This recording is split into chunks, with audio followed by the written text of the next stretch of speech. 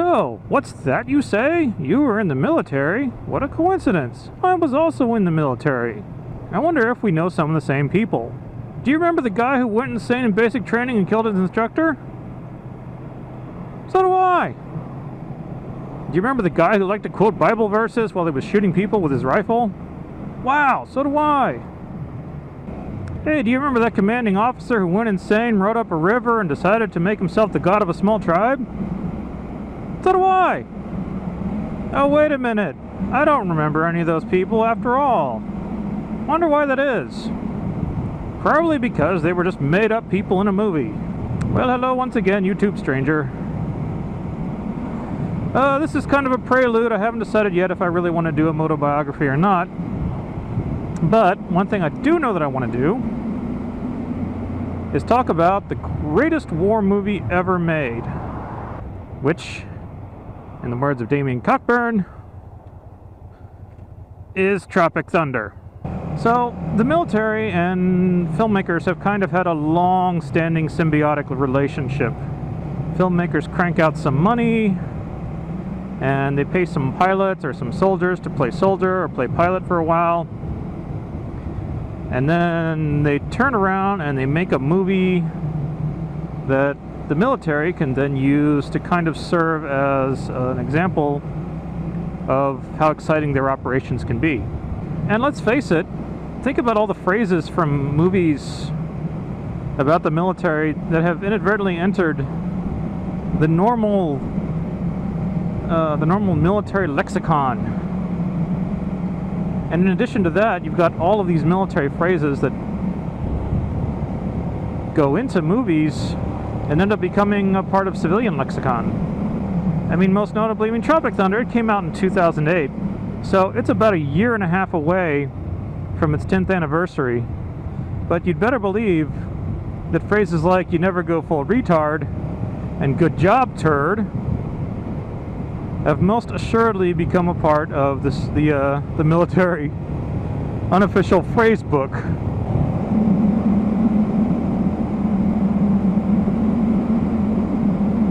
So I was in the Air Force for about 14 years.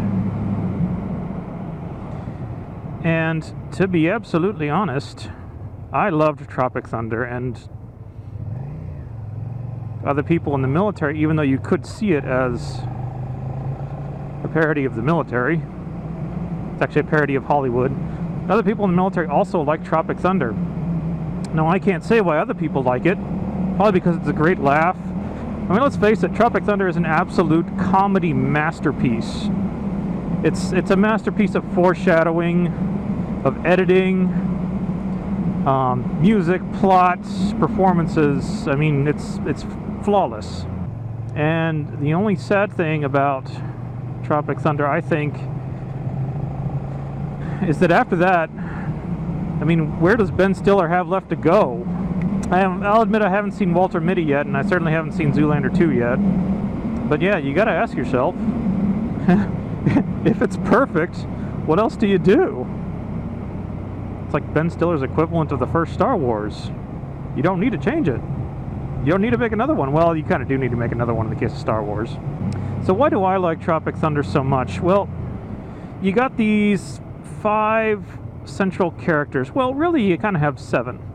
And for some strange reason, more than any other movie, I kind of relate to these characters and can find parallels for them in the people that I've known in the military.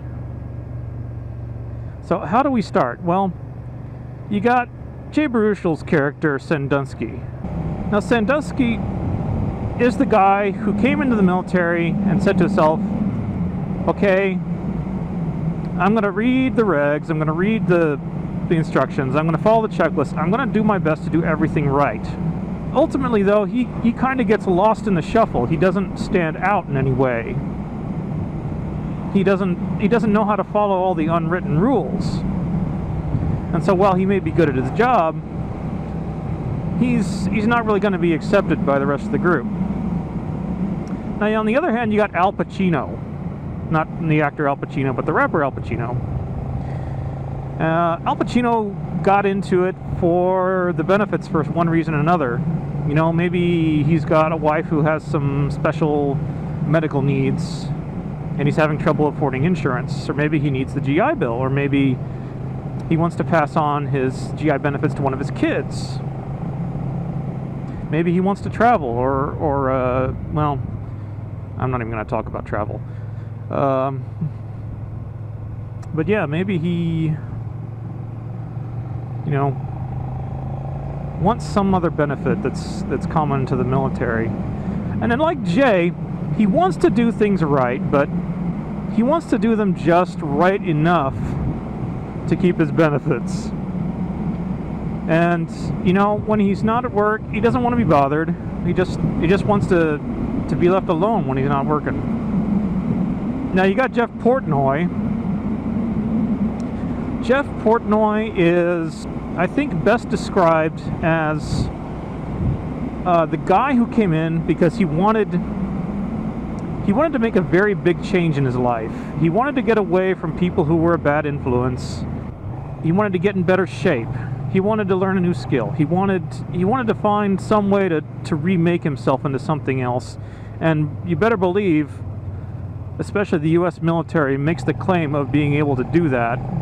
And I would say they may have some success and they might not. And then you have Kirk Lazarus. Kirk Lazarus is the master of the unwritten rules. He is the guy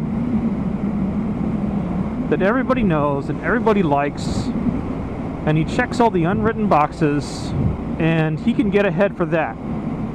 He doesn't have to be great at his job. That's not a requirement for Kirk Lazarus anymore. He's made all the necessary connections to get ahead.